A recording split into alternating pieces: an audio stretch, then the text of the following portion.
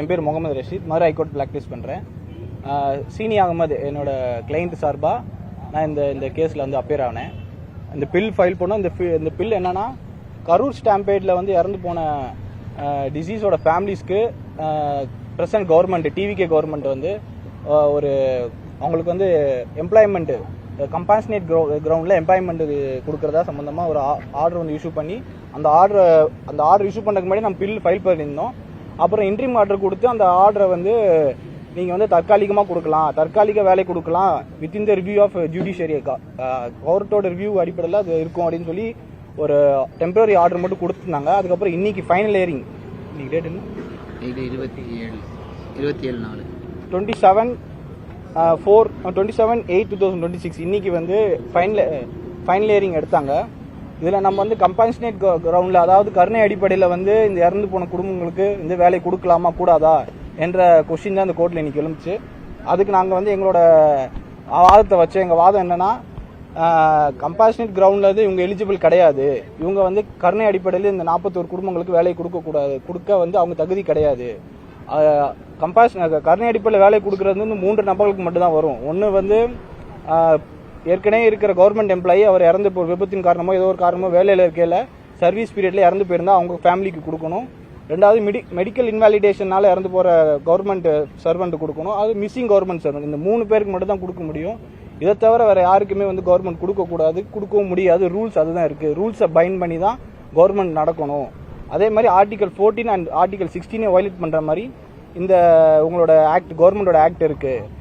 Article 16 வந்து இந்த வேலை வாய்ப்பு வந்து open, fair and rational basis மெரிட்ஸ்ல வந்து இருக்கணும் அப்படின்னு சொல்லி ஆர்டிகல் 16 இந்தியன் கான்ஸ்டிடியூஷன் சொல்லுது.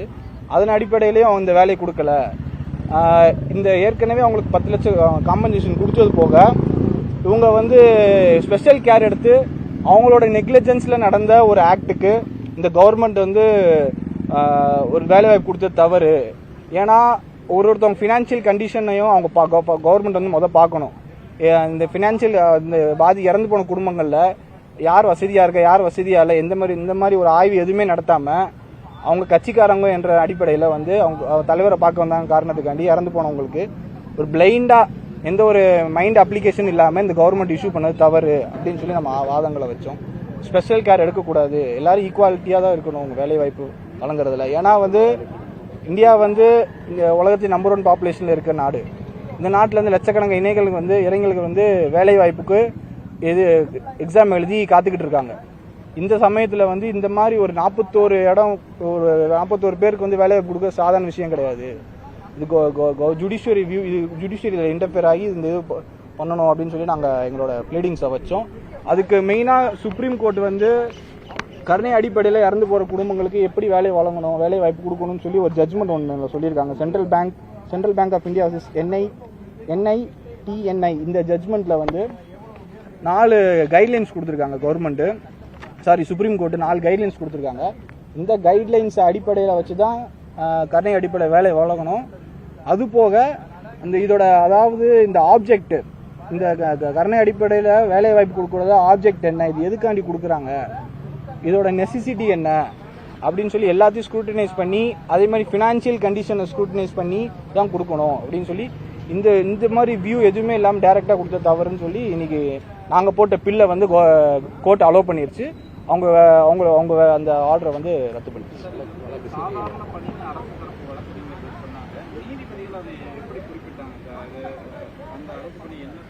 சார், கருணை அடிப்படையில் வேலை வாய்ப்பு வழங்குறது வந்து எப்போவுமே வந்து சாதாரண பண்ணி தான் கொடுப்பாங்க. Group C, group D employees தான் கொடுக்க முடியும். அதுதான் ரூல், அதுதான் லா. ஆனால் வந்து இவங்க அந்த கருணை அடிப்படையில் வர முதல் கைட்லைன்ஸில் வராங்களா, கவர்மெண்ட் வந்து வந்து ஒரு ரூல்ஸ் ஃப்ரேம் பண்ணி ஒரு ரெகுலேஷன் இருக்கணும், ஒரு செக்ஷன், ஒரு லா இருக்கணும். அந்த லா அடிப்படையில் தான் கொடுக்க முடியும். இதில் மெயினாக இந்த ஜட்ஜ்மெண்ட்டில் வந்து என்ன சொல்கிறாங்கன்னா, எந்த ஒரு அத்தாரிட்டிக்கும் டிஸ்கிரிஷனரி பவர் கிடையாது. அவங்க சுயமாக வந்து எதுவுமே கொடுக்க முடியாது, சட்டத்தின் உட்பட்டு தான் கொடுக்கணும். அதனால் நீங்கள் சொல்கிற அந்த கொஸ்டின் பெருசாக வரல. வேலை கொடுத்தது வந்து ரூல்ஸ் அண்ட் ரெகுலேஷன் இல்லை. அதனால் வந்து அப்புறம் நீதிபதிகள் ஏதோ இந்த மாதிரி விபத்துக்கள்ல இருக்கிறவங்களுக்குலாம் நீங்க அரெஸ்ட் பண்ணி கொடுப்பீங்களா அப்படின்னு நிறைய கேட்டிருக்காங்க. ஆமா ஆமா. என்னென்ன முக்கியமான கேள்விகள்லாம் அரசாங்க தரப்புல எழுப்புனாங்க? அது வந்து கோர்ட்டோட சப்மிஷன், கோர்ட்டோட அப்சர்வேஷன். அது ஃபுல் ஆர்டர் ஒன்றும் வரல. ஃபுல் ஆர்டர் பார்த்தா தான் என்ன டிஸ்கஸ் பண்ணியிருக்காங்க கம்ப்ளீட்டாக தெரியும்.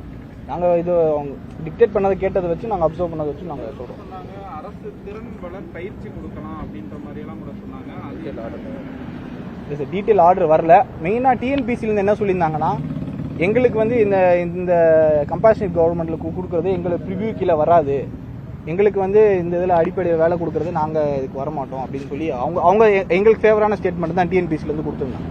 அரசு தரப்புல வந்து இது வந்து பொதுநல வழக்கா இது பண்ணியிருக்காங்களா இல்லை தனிநபர் வந்து இல்லை அது வந்து இன்னொரு பெட்டிஷனர் இருக்கார் இந்த கேஸில். மொத்தம் 3 கேஸு.